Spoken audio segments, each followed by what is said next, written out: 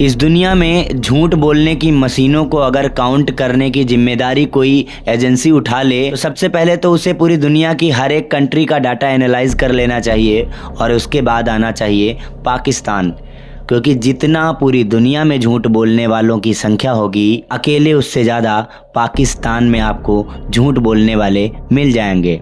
माफ़ करिएगा, ये कोई रोबोटिक टेक्नोलॉजी से बनी हुई मशीन नहीं होगी, बल्कि हम इंसानों जैसे ही लोग जो पाकिस्तान में रहते हैं उनके अंदर ही ये झूठ का वायरस पाया जाता है। और ये केवल झूठ बोलते ही नहीं हैं, बल्कि उस झूठ को सच साबित करने के लिए उस हद तक चले जाते हैं जहां तक आप सोच नहीं सकते।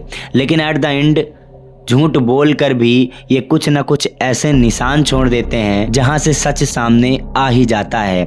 और ऐसा ही हुआ है हाल ही में, जब पाकिस्तान में 14 अगस्त के दिन, यानी कि जिस दिन पाकिस्तान का आज़ादी दिवस मनाया जा रहा था, उस दिन एक अवार्ड सेरेमनी होती है जिसमें वो अपने सैनिकों की शहादत के बारे में, अपनी सैनिकों के सम्मान के लिए एक अवार्ड फंक्शन टाइप का कुछ आयोजित करते हैं। और उसी को लेकर पाकिस्तान की सबसे बड़ी न्यूज एजेंसी यानी समा टीवी ने एक आर्टिकल छापा, और इस आर्टिकल में जो चीजें थी वो बेहद हैरान करने वाली थी। और फिर पाकिस्तान का झूठ बेनकाब हो गया। जब पाकिस्तानी गवर्नमेंट को ये पता चला कि उनकी पोल खुल रही है, भारतीय मीडिया ने या दुनिया की मीडिया ने इस चीज़ को देखा और इस चीज़ को नोटिस किया, तो पाकिस्तानी गवर्नमेंट ने समा टीवी को वो आर्टिकल हटाने के लिए बोला।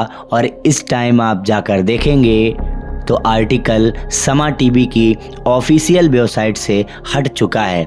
इसमें कुछ ऑफिसर्स को सम्मान देने की बात थी, लेकिन जो सबसे ज़्यादा शॉकिंग, सबसे ज़्यादा ध्यान देने वाली बात थी वो ये थी कि 150 से ज़्यादा ऑफिसर्स को शहीद बताया गया था।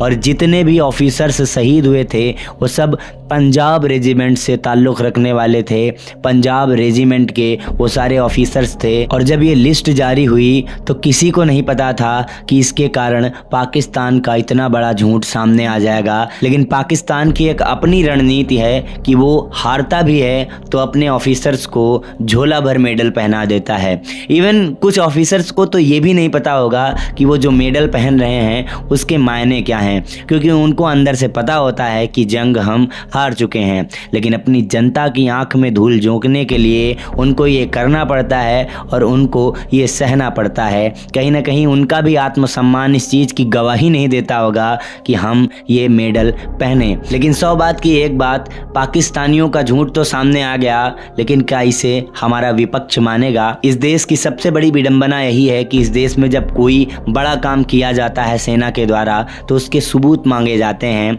जब इससे पहले बालाकोट एयर स्ट्राइक हुई थी तो उसके सबूत मांगे गए थे, लेकिन इस बार तो सबूत पाकिस्तान से ही आ रहे हैं। पहले दिन से ही ऑपरेशन सिंदूर के हर तरफ आपको सबूत ही सबूत देखने को मिल रहे होंगे। लेकिन क्या विपक्ष इस चीज़ को मानेगा?